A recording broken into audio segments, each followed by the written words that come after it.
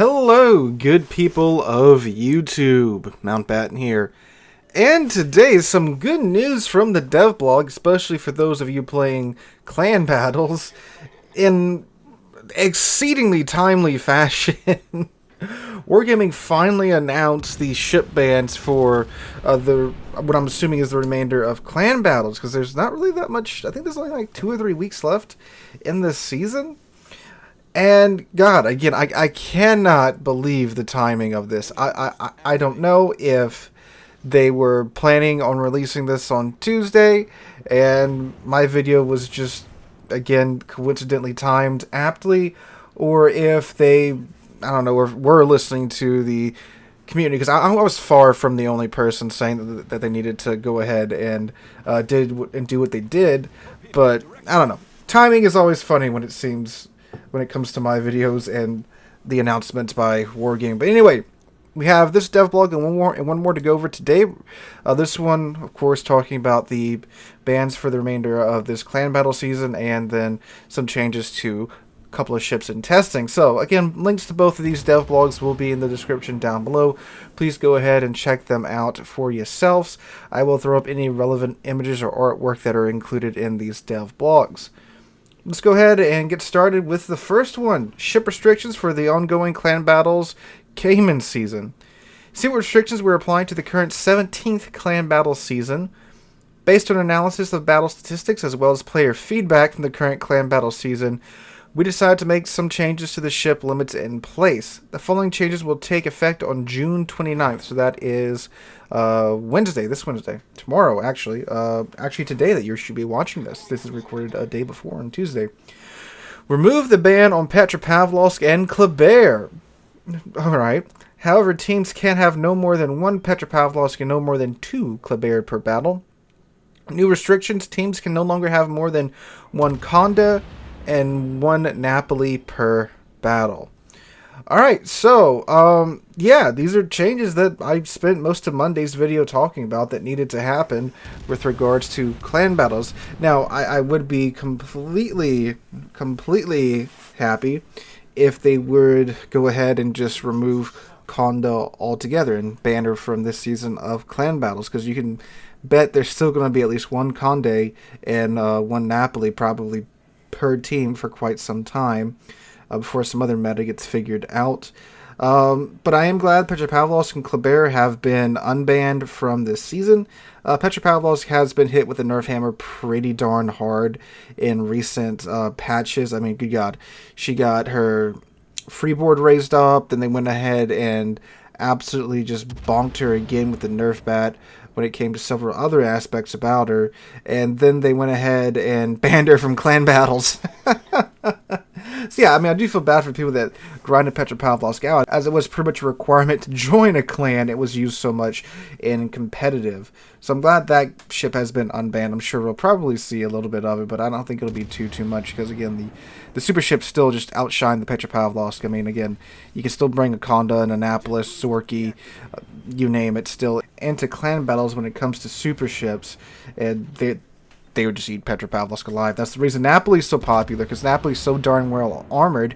It's one of the few normal cruisers that can stand up to the super ships. But yep, good changes here. Would have been better if they banned Conde altogether from the rest of the season, but as I mentioned in Monday's video, they specifically stated on stream that they would not be willing to do that because it costs so much to buy the ship and then to run it in the seasons. They didn't want to run it in the battles. They didn't want to bar players that spent all that time and all those resources getting the ship, practicing on it, from being able to play it in the season, which again doesn't make sense, because the Petropavlovsk guys I just talked about, they would do the same exact things. But alright, next DevBlog. Changes to test ships 11.5 closed testing. Based on testing results, we're applying changes to Clausewitz, Huron, Rook, Hawk, Duncan, Rio de Janeiro, and Hampshire. Alright, so the Clausewitz, this is the bigger Hindenburg. That's not the Mecklenburg, because Mecklenburg's bigger Hindenburg, but now Clausewitz is, I guess, smaller, bigger Hindenburg, because I don't think it's as big as the Mecklenburg. Alright, Maximum HE shell damage increased 2,400 to 2,950. That's quite the buff. Chance to start a fire with an HE shell increased from 14% to 15%. Now, the Clausewitz doesn't have a alternative firing mode like the Conde and the Annapolis and the Zorky and so forth and so on. She's just literally bigger Hindenburg. So she has to have some pretty darn good base statistics in order to stack up next to the rest of the super ships and the super cruisers. Again, Conde has the alternative firing mode that decreases her dispersion by 40% and also increases her HE pin value. And of course, you get those 2 bursts back to back. Annapolis gets, I believe, a 3-round burst, and I do believe it also decreases her dispersion as well. So, in order to stack up to ships that has those abilities, this has to be a pretty darn good cruiser just out the gate, because, again, the Conde, you could take away the alternative firing mode, and it would still be one of the best tier 10 or high tier cruisers just based upon that. Alright, Collingwood, this is the what's it called? Nelson, that got robbed of one gun per turret, so it's a 6-gun Nelson. Forward and aft armor increased from 16 millimeters to 26 millimeters, and she is at tier 7 instead of no, that's what Nelson's at too. I forgot. I thought Nelson was at tier 8. Action time on the main battery reload booster consumable increased from 20 to 25 seconds, so you get a longer time on your reload booster. That's nice. Main battery reload time increased from 25 to 26 seconds, so it cuts it down by half. You have a 12-ish second, 13-ish second, 13-second reload with a 25-second duration time. You could get maybe 3 bursts out of it if you get it correctly. And this ship does have 16-inch guns, so that is still quite a powerful slap there at tier 7. Alright, the Huron, which is the tier 7 Commonwealth DD. Maximum HE shell damage reduced from 1900 to 1600. Main battery reload time reduced from 4.5 to 4.2 seconds. Okay, so you get compensated there. So the Huron, this is the ship that Little White Mouse and Chobitsu were promised Wargaming was going to develop and put into the game, and here it is. If you haven't seen the base stats of this ship, you can go back and check out the DevBlog where she's introduced. This is looking like it's going to be one of the nastiest destroyers at tier 7. So I did imagine some nerfs were going to come to it. She does lose 300 damage on her HE shells, but I mean, you get compensated by a slightly faster reload time and you still have everything else that the ship has going for it, which is quite a lot. So I think she'll still be quite fine, and in fact quite good where she's at right now. Alright, so the British Battlecruisers, the Wookiee, the Rook, the Hawk, and the Duncan. So that's the tier 7, the tier 8, and the tier 9 British Battlecruisers.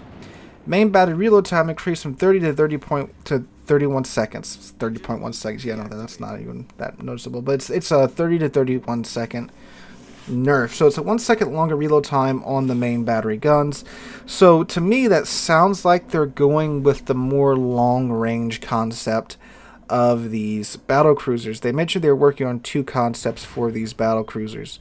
One was a close-in brawler, kind of like the German battle cruiser line, but rather than have, mediocre armor and amazing secondaries, they would have good armor and shorter reload time, but less accurate guns. But if they were going with the long range concept, they were going to have less armor, but more accurate guns, and more accurate guns tend to mean longer reload times. So that's what it's sounding like here with these battle cruisers so far. Again, I don't know anything about the development or testing of these battle cruisers. I'm not a CC, I'm not a super tester, so I don't know for sure, but I'm guessing based upon this change right here, that's what they're going with these battle cruisers so far, which is unfortunate in my mind. I think they have a pretty good battle cruiser formula already down with like the German battle cruisers, and then also with the Incomparable. Incomparable is great at medium to close range with her speed and maneuverability and her guns, of course, too. But we'll see where this goes on. Alright, the Rio de Janeiro, which is what the Agincourt was supposed to be. Main battery reload time increased from 30 to 31 seconds. This is a 14-gun battleship done at Tier 5. And the Rio de Janeiro differs from the Agincourt by having more accurate main battery guns, much better HE shells somehow, because the Agincourt already has like awesome HE, and a quicker reload time but weaker secondaries. So yeah, 14-gun battleship. No surprise here. This ship had to be nerfed a little bit. And again, somehow having better HE than the Agincourt, which again is kind of hard to imagine because the thing's already like a Tier 5 Conqueror. Alright, then the New Hampshire. Main battery reload time increased from 10 to 10.5 seconds. Maximum AP shell damage reduced from 4,500 to 4,350. So slight nerf to the Hampshire there. This is the kind of Nelson Jr. looking cruiser for the British. It was supposed to be a development of the Surrey class cruisers. She only has AP shells, she has improved ricochet angles, and these shells have a very high muzzle velocity, and she has 2 quad torp launchers as well. So it's a pretty beefy looking ship right now. Again, no surprise that that got nerfed a little bit as well. So just 2 short, quick dev blogs for you guys today, and some good news with regards to clan battles finally. Again, very odd that it took them 4 weeks into the season to finally ban the well, not even ban, but limit the ships that desperately have been needed to get limited since the 2nd week. They normally do these about every 2 weeks in clan battles, but this season they just kind of let it ride for forever until the community was up in arms about it, and they finally decided to limit the things. So hopefully in the future, Wargaming, if you're listening, just limit the super ships to 1 of each at the start of the season. If it gets too popular, just ban the suckers outright. They're completely annoying to deal with, not fun to go up against, but Wargaming is going to do what Wargaming is going to do, aren't they, lads? Anyway, hope you guys enjoyed today's video. If you did, make sure to drop a like, leave a comment, and subscribe to the channel. We're on our way to 40,000 subscribers, and I can't thank you guys enough for that. Hope you're having a wonderful Wednesday and have a wonderful week. Hope to catch you guys in the next one.